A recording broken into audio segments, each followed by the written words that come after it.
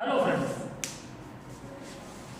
in our previous two lectures, some information about science and chemistry, some basic thoughts about chemistry and some history we discussed, and how chemistry with time developed. With that, the benefits or the usefulness of chemistry in our daily life, like fuels, food, acids, base, salt, in textile industries, weather predictions, medical science. After that, some medicines, cisplatin, Taxol, and AZT, which are blessings of chemistry for human life. After that, some problems happen due to the factories which are running on the basis of chemistry, and how can we reduce these problems. So for that, a new chemistry, that is green chemistry, is developed, and then at last we have discussed that what is the future of chemistry, what the scientists of chemistry are willing to do in future in the field of chemistry, and the answer was in the field of enzymes. Now, if we start chemistry, then chemistry, look, humans, हम इंसान जो है, हमें चीजें दिखती हैं, bye naked eyes हम चीजें देख सकते हैं, उसके अंदर क्या है वो समय समय पे उसकी जो थिंकिंग है वो बदलती आई है, बराबर। पहले ये भी था कि मॉलिक्यूल्स हैं, फिर आया कि भी मॉलिक्यूल्स है तो वो एलिमेंट से बने हुए, फिर आया कि भाई एलिमेंट्स जो है कि वो एटम से बने हुए, और फिर एटम के अंदर भी हम गए, बराबर। और आज हम जानते हैं कि एटम जो है उसका एक सेंटर होता है जहाँ पे प्रोटॉन और न्यूट्रॉन, उसके अलावा बहुत कुछ रहता है, बराबर। इलेक्ट्रॉन जो है वो बाहर, न्यूक्लियस जो होता है, जो सेंटर है एटम का, उसके बाहर रिवॉल्व कर रहा है, बराबर। उसकी भी बहुत सारी पिक्युलरिटीज़ है, खुद की बहुत सारी उसकी प्रॉपर्टीज़ है ना। तो अब तक हम बहुत अंदर तक आजकल का साइंस वहाँ पे पहुँच गया है, बराबर।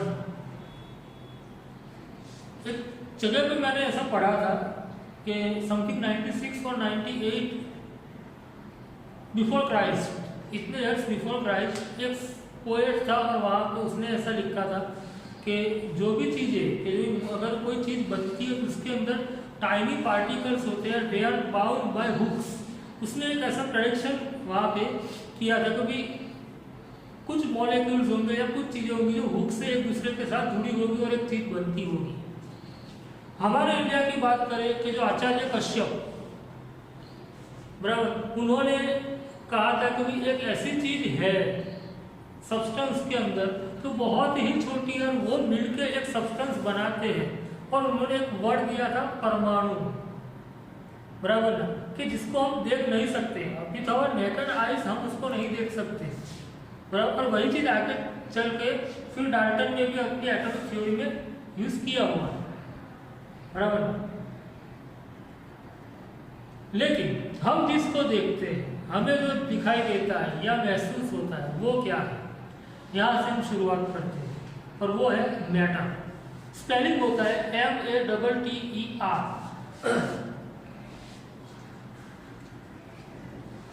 मैटर, कोई भी चीज जो एग्जिस्ट करती है यूनिवर्स के अंदर वो मैटर है। जरूरी नहीं है वो आपको दिखाई दे या ना। अगर आप अपने आजू बाजू में देखोगे तो बहुत कुछ आपको दिखाई देगा, लेकिन आप जिसके थ्रू देखते हो कि एयर के थ्रू, तो एयर आपको नहीं दिखेगी, लेकिन एयर है, बराबर। जिसका भी एग्जिस्टेंस है वो सब मैटर में जाएगा, बराबर। तो ये मैटर क्या है, तो उसकी डेफिनेशन हम कैसे देते हैं, बचपन में पढ़ के आए उसको 9th में और वहाँ में, कि anything which possesses mass, anything which possesses mass and occupies space. हम हमारे घर में अगर 2 रुपये वाली पेन लाते हैं तो वो भी हम तभी लाते हैं कि जब हमारे घर में उसको रखने के लिए जगह हो। घर का दरवाजा खुलते ही अगर चीजें गिरने लगेगी, इतना अगर पैक आपका घर है तो आप 2 रुपये की पेन भी नहीं खरीद पाओगे, क्योंकि आप उसको रखोगे कहाँ पे। एक चीज जहाँ पे रख दी, उसने अगर उस स्पेस को, जगह को रोक लिया, ये पेन है, अब इस जगह पे मैं कुछ नहीं रख सकूंगा। हाँ, इसके ऊपर रख सकते, इसके आजू बाजू में रख सकते, नीचे तो ऑलरेडी मेरा हाथ नहीं है। अगर मुझे यहीं पे कुछ और रखना है तो मुझे यहाँ से इसको हटाना पड़ेगा और वहां पे मैं कुछ और रख सकूंगा, लेकिन फिर ये यहाँ पे जगह रोक लेगा। सो एनीथिंग कि जिसका कुछ मास है और वो जगह रोकता है, anything which possesses mass and occupies space is called matter. ये इसकी डेफिनेशन है, बराबर है, जो आपको टेक्स्ट बुक में मिल जाएगा। और ये मैटर जो है उसको हम कैसे क्लासिफाई करते हैं, तो यही टॉपिक रहेगा, मैटर एंड इट्स क्लासिफिकेशन। तो मैटर जो है उसका हम 2 तरीके से, देखिए आपकी बुक में थोड़ा सा अलग से, मैं थोड़ा सा आपको विस्तार से बता रहा हूँ कि 2 तरीके से उसको कर सकते हैं। तो मैटर जो है उसका क्लासिफिकेशन पहला जो है कि on the basis of physical state,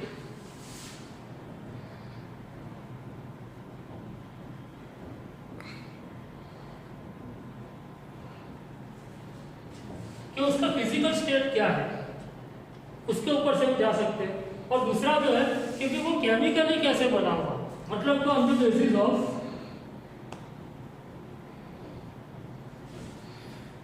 chemical characteristics, chemical characteristic. Okay, ये मैं मैटर के दो कि भाई फिजिकल स्टेट में वो कैसा है और कैरेक्टरिस्टिक केमिकल उसकी कैसी है, उस हिसाब से हमने दोनों को अलग किया। अब इसके अंदर और होंगे, बराबर। सो फिजिकल स्टेट जो है उसके अंदर और 3। सबसे पहला क्या होता है कि भाई सॉलिड, बराबर। सेकंड क्या है, लिक्विड और गैस। मैंने आपको मेरे पहले लेक्चर में बताया था कि हम ये 3 को इसलिए पढ़ते हैं कि हम इन तीनों के साथ जनरली डील करते हैं। आपको भी पता होगा कि स्टेट्स ऑफ मैटर टोटल 5 है, बराबर ना। इसके आगे भी प्लाज्मा है और बीईसी है, बोज आइंस्टाइन कंडेंस है, लेकिन हम उसके साथ डील करने नहीं जाते। हमको यही पढ़ा जाने का हमारे आसपास यही है, कुछ ना कुछ सॉलिड है जिससे आप लिख रहे हो, जिससे आप जो आप खाना खा रहे हो, कुछ ना कुछ लिक्विड है जो आप पी रहे हो या आप हैंड वॉश करने में यूज कर रहे हो, कैसे भी, और कुछ ना कुछ गैस है जो आपके आजू बाजू, बराबर। लेकिन ये पहला हुआ तो भी सॉलिड, लिक्विड एंड गैस। यहाँ पर भी आपको जो है कि 3 क्लासेस है इसके, मतलब कि क्लासिफिकेशन जो है उसमें 3 और है। तो सबसे पहला एलिमेंट, दूसरा एलिमेंट जो होता है वो इसके अंदर सबसे छोटा पार्ट मान के चलते हैं। अब 2 या 2 से ज्यादा एलिमेंट मिलके कुछ सब्सटेंस बनाते हैं जिसको हम कंपाउंड भी कहते हैं। ये हमारा हो जाएगा कंपाउंड, बराबर। सब्सटेंस भी आप लिख सकते हो। और 2 या 2 से ज्यादा कंपाउंड मिलके एक मिक्सचर बनाते हैं, तो तीसरा क्या हो जाता है, मिक्सचर। तीसरा क्या हो जाएगा, मिक्सचर, बराबर। तो अगर केमिकल कैरेक्टरिस्टिक के ऊपर जाएंगे तो एलिमेंट, कंपाउंड एंड मिक्सचर। अब मिक्सचर जो है उसके 2 पार्ट आपके सिलेबस के हिसाब से, बराबर। सो पहला जो है वो है होमोजीनियस,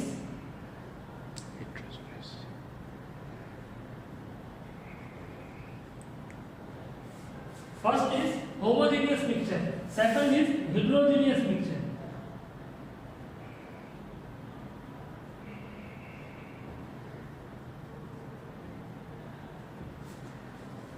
होमोजीनियस हिट्रोजीनियस। ओके, मैं ये आपको थोड़ा बता दूं कि होमोजीनियस और हिट्रोजीनियस के बीच में भी एक कंडीशन है जिसको हम कॉलोइड्स कहते हैं या कॉलोइडल सॉल्यूशन कहते हैं, सॉल्वी कहते हैं ना। उसके बारे में आप 12th में थोड़ा सा पढ़ोगे, बराबर।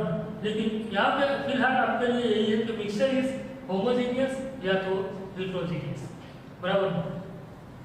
हकीकत ये है कि आपको ये सबके बारे में पता है, बराबर। लेकिन जरूरी ये है कि अगर आपको कोई ऐसा 11th साइंस में क्वेश्चन पूछता है कि what is matter, explain it's classification, तो आपको ड्रॉ करके उसके बारे में पूरा बताना पड़ेगा। इसलिए आपको हम फिर से बताएं।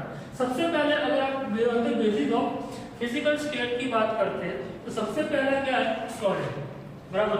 दूसरा क्या है, लिक्विड, और तीसरा क्या है, गैस। सबसे पहले हमको ये जानना है कि ये क्यों है, तो मैं ब्रैकेट में लिख देता हूँ, क्योंकि सॉलिड जो है उसकी मेन प्रॉपर्टी क्या है कि इट इज रिजिडिटी,